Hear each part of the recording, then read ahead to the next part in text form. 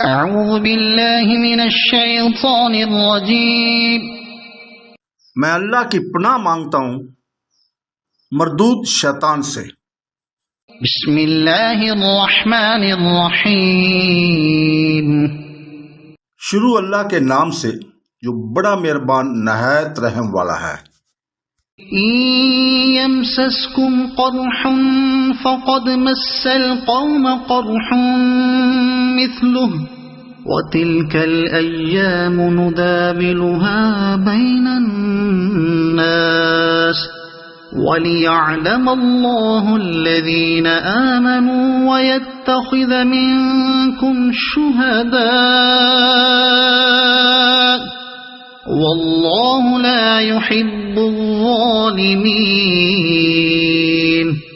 وليمحص الله الذين آمنوا ويمحق الكافرين أم حسبتم أن تدخلوا الجنة ولما يعلم الله الذين جاهدوا منكم ويعلم الصابرين۔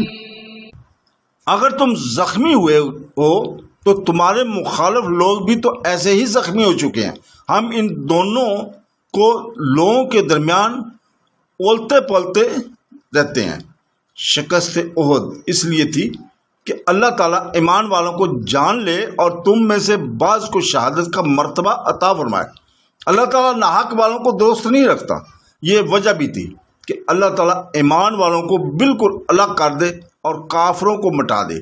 کیا تم یہ سمجھ بیٹھے ہو کہ تم جنت میں چلے جاؤ گے، حالانکہ اب تک اللہ تعالیٰ نے یہ معلوم نہیں کیا کہ تم میں سے جہاد کرنے والے کون ہیں اور صبر کرنے والے کون ہیں۔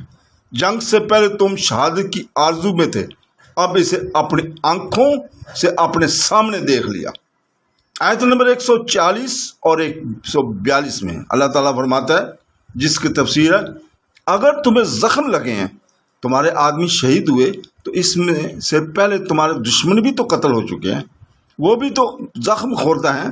یہ تو چڑھتی ڈھلتی چھاؤں ہے، ہاں بھلا وہ ہے جو انجام کا غالب ہے رہے، اور یہ ہم نے تمہارے لیے لکھ دیا ہے۔